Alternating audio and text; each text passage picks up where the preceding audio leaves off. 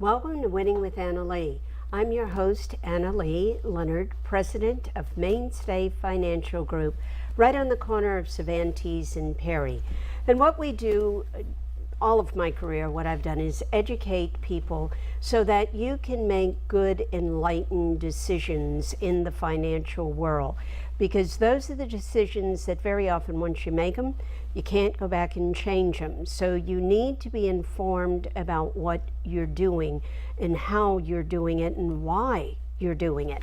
So Joan and I talked a little bit and decided that today we really should talk about Social Security, because that's a big topic now.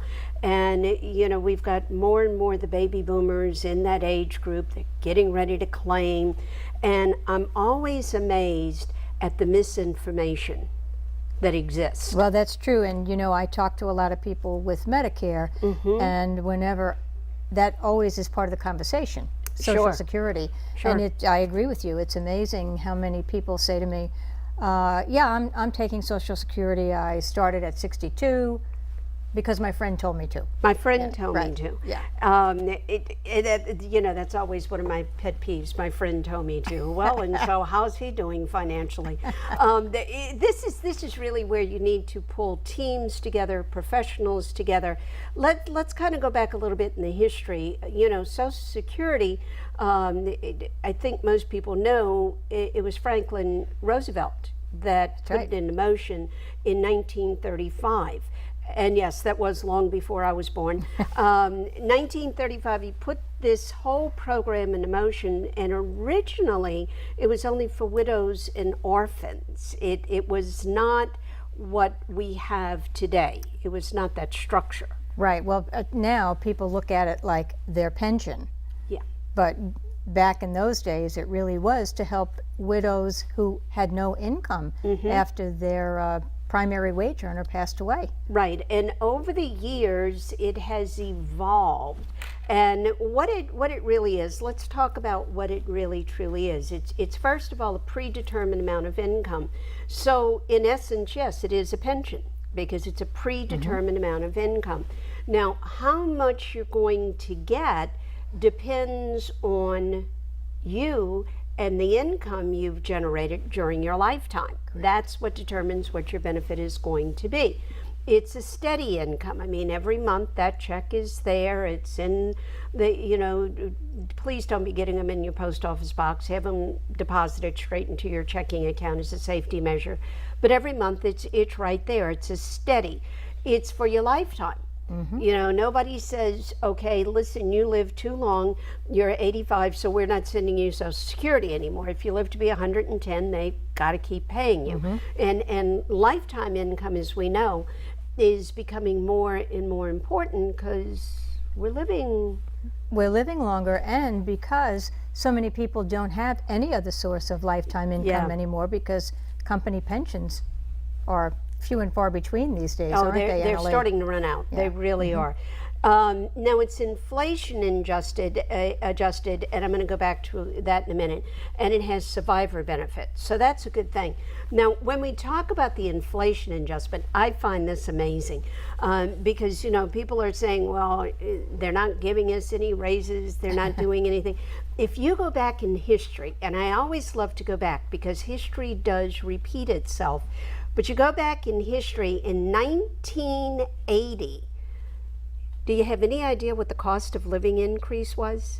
I have no idea. 1980, the cost of living increase was 14.3%. Oh, that was back in the days where we had that huge inflationary period. Exactly. Right. And then in 1981, it was 11.2, 82, it was 7.4.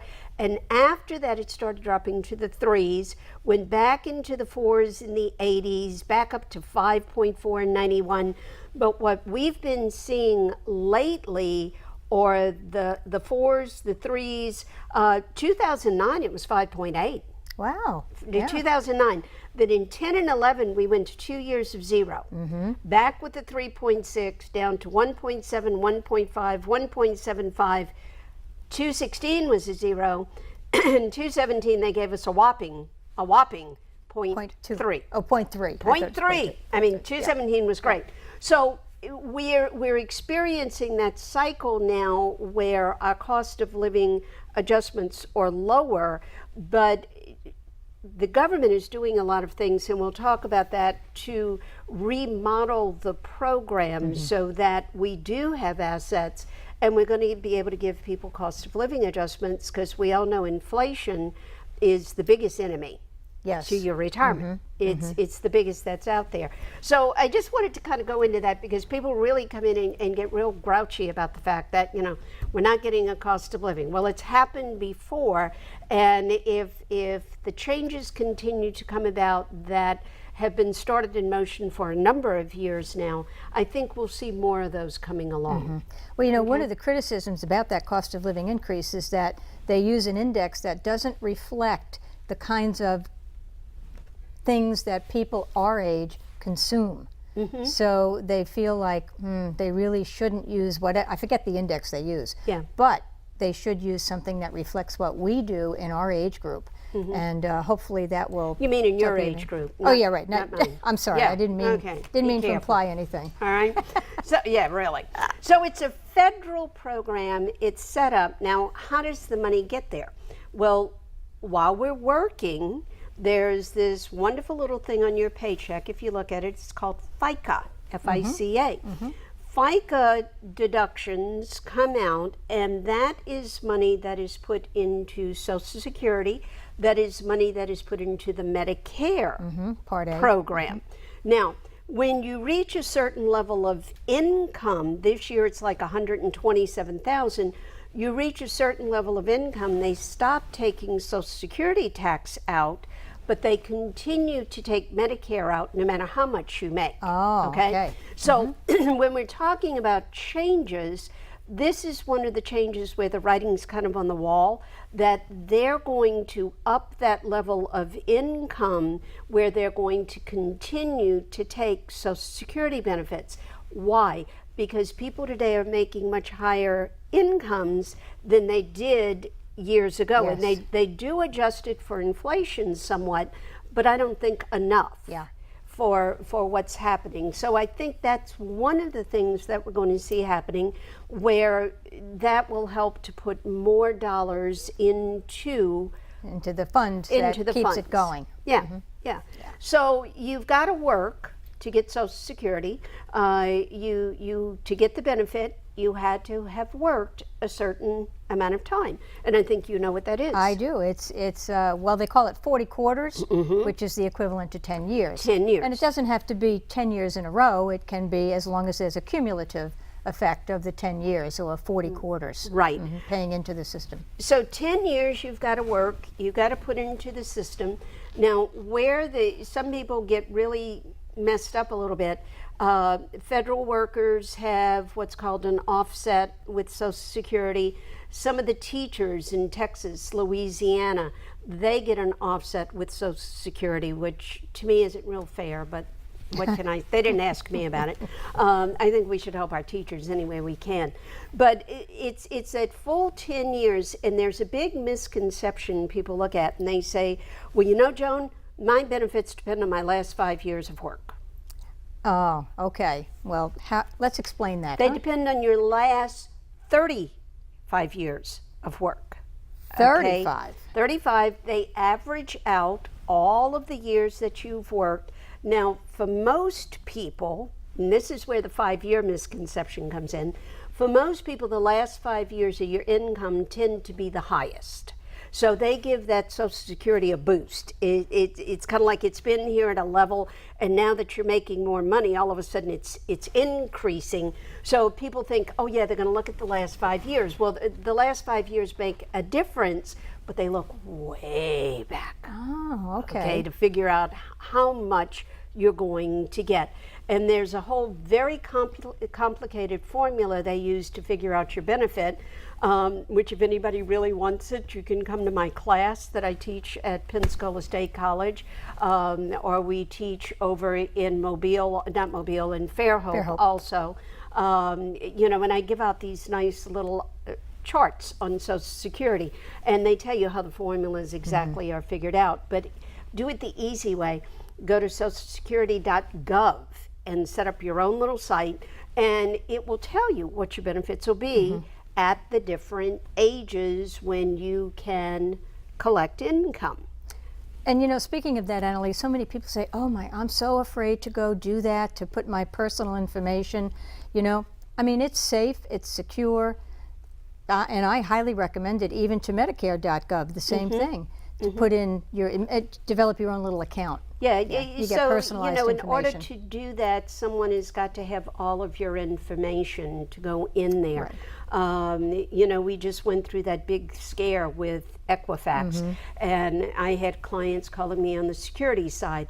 Well, we've got all kind of measures in there that someone can't just call over the phone and say, I want money.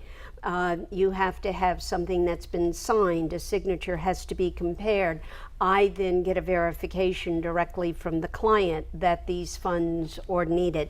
So somebody can't just call up and say, oh, put $500 into my checking account. That's not going to happen. I'm not minimizing the threats that are out there with breaches of security, but there are a lot of backups over the years that have been developed. Right. So go to that site, socialsecurity.gov, and it will give you an idea, what will my benefits be at my earliest age, at my full retirement, and at the highest level that I can get. So we'll talk more about this when we come back from break, because I want to get into those breaks of the age group, okay? Good. Yeah, sounds like a We'll plan. be back in just 1 minute. Retirement strategies come in all shapes and sizes. One strategy does not fit all when it comes to reaching your retirement goals, and considering all your options may be, well, more than you want to think about. So whether you're looking to retire or already living in retirement, you need a strategy tailor-made for you. Hi, I'm Annalee Leonard with Mainstay Financial Group, and I'm here to design a financial plan for you and for those that you love. Hart, what's going on? I'm leaving. Why? What did I do? Not enough. You constantly ignore me. You barely eat anything healthy. You're half as active as you used to be. The pressure is just too much. I quit. Okay, I get it. I'll do better. Just please, don't leave. Okay. But remember, if I go, you go. Listen to your heart. Don't let it quit on you. Uncontrolled high blood pressure could lead to stroke, heart attack, or death. Get yours to a healthy range before it's too late.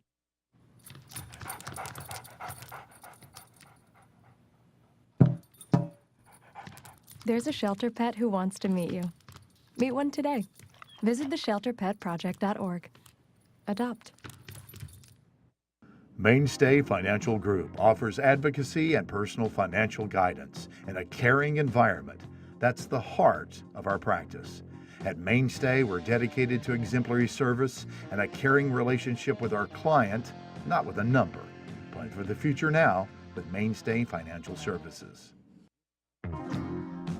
Welcome back to Winning with Annalee. I'm your host, Annalee Leonard, and today my partner, Joan Connell, and I are talking about Social Security and what it does. And, you know, Joan, you're our Medicare long-term care person that we go to find out what are our options in those areas. But Social Security with Medicare, it's kind of all part of the same pot of money, which is why I asked you to be with me today, because what we do over here can kind of affect what's going on over there, and a lot of misconceptions people have about those two. Well, one of the biggest things that impacts us on Medicare is that the cost of living increase that you talked about just a little while ago always has an impact, either negatively or positively, on the Medicare Part B premium that we pay every year. So in the fall, we always wait to see what that cost of living increase is going to be, because then they calculate how much the Part B premium will be for the year coming. Yes, it is that wonderful thing called inflation. You know, we can't expect to pay for a Medicare Part B premium today what people were paying for that in 1940, 50. No. I mean, it's going to go up because cost of medicine goes up, everything goes up. So let's go back to when you can claim Social Security. The earliest anyone can make a claim, unless it's a disability situation, okay, or a widow type thing. I'm talking about regular Social Security benefits. The earliest you can claim is age 68. 62. Now, you go from 62 to 66. 66, for the majority of us, is considered full retirement age. Right. It all goes back to when you were born. So some people now that are coming in, they're 66 in so many months. Some people that are coming in, their full retirement age is 67.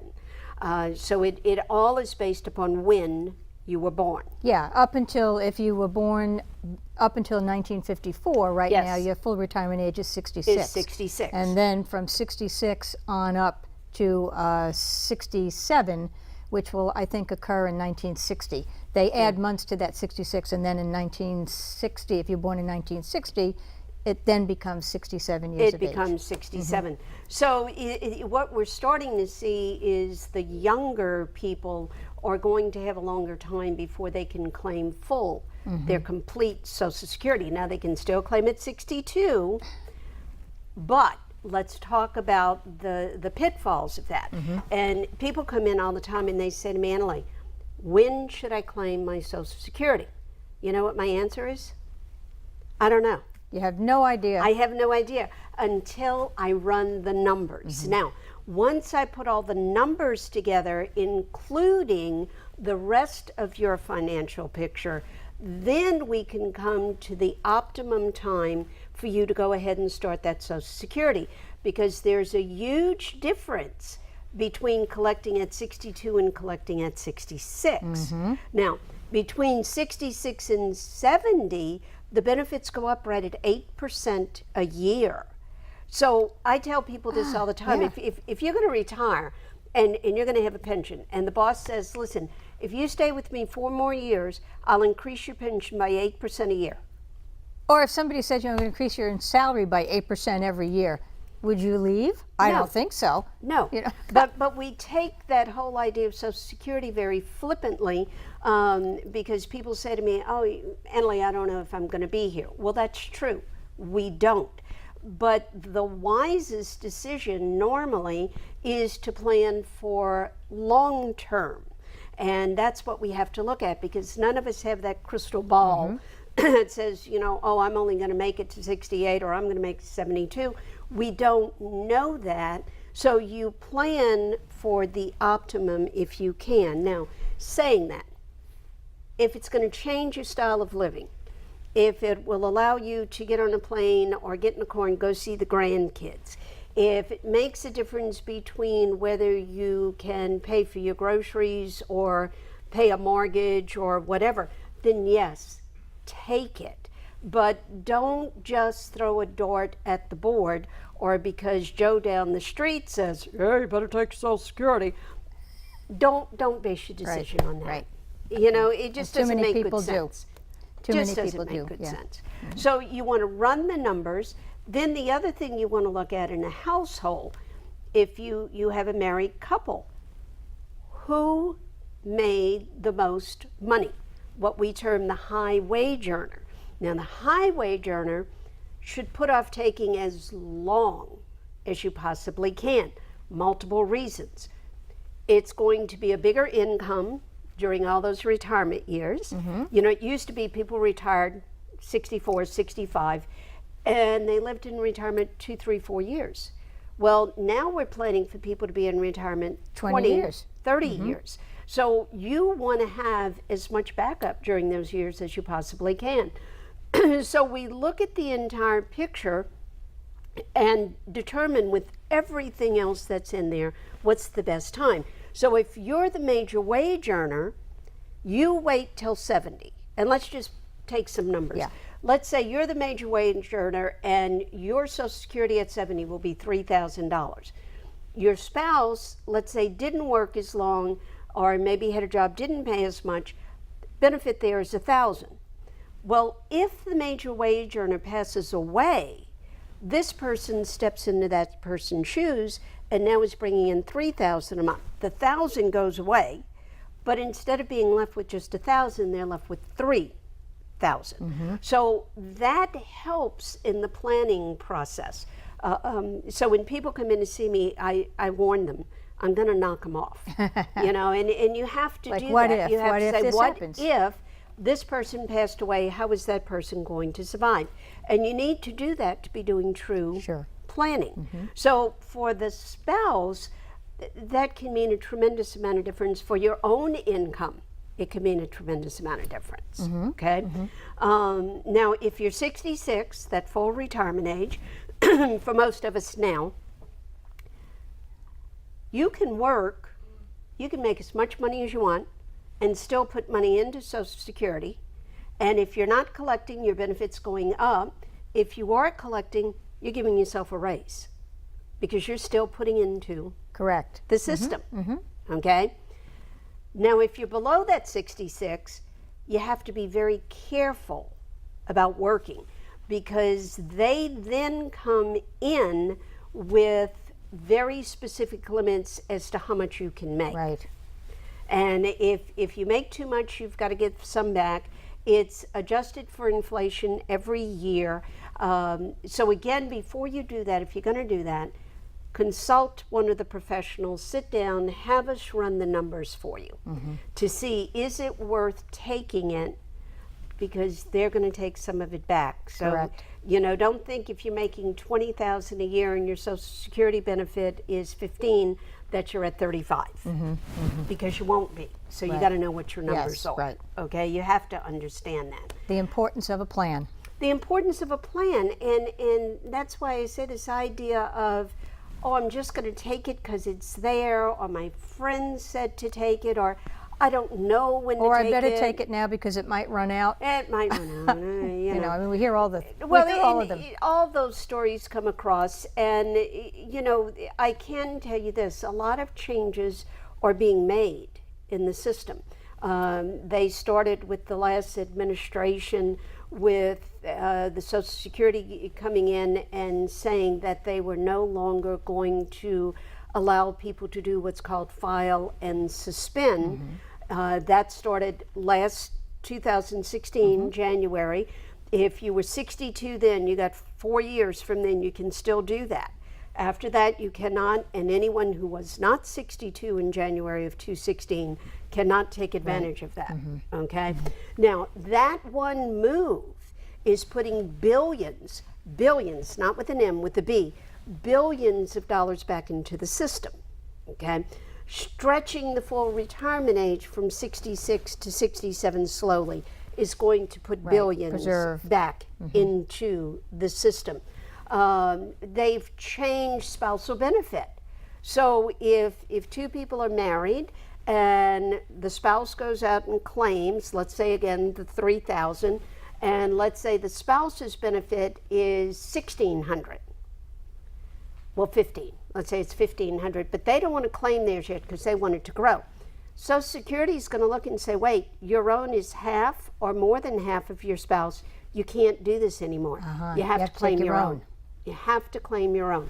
So changes are happening that are going to keep money in there, first of all, and that's the biggest thing. If we can keep money in, we can keep that money growing and have the resources to pay more people. So changes are taking place, and the one thing I'm going to tell you is, please don't be Chicken Little running around, the sky's falling, the sky is falling. It hasn't fallen yet, although we thought it would a couple of times in the beginning of September, didn't we, with everything that was happening. But look at the reality of what's there before you make that decision. And then here's the other thing people don't like to hear, but some of your Social Security could be taxed. Yes. Yeah, two sides of that coin. Flip the coin. That's you right. know? That's right. It is inflation adjusted. It goes by numbers for single, for married. In that formula, the adjusted gross income, they actually figure half of your Social Security goes in that formula. So you've got to know how to figure the formula to see, is that going to up your tax bracket? Okay. Right. So some of the things you can do, you know, you might want to early start taking some out of some of those highly taxable accounts, pull those down a little bit so your required minimum distribution isn't so much later, put the Social Security off till later so you're getting the higher amount as a steady income, that might help balance some of what's there. So it's again, it's sitting down working with a professional. I know. I mean, it's so confusing. It really is confusing for the common, ordinary individual.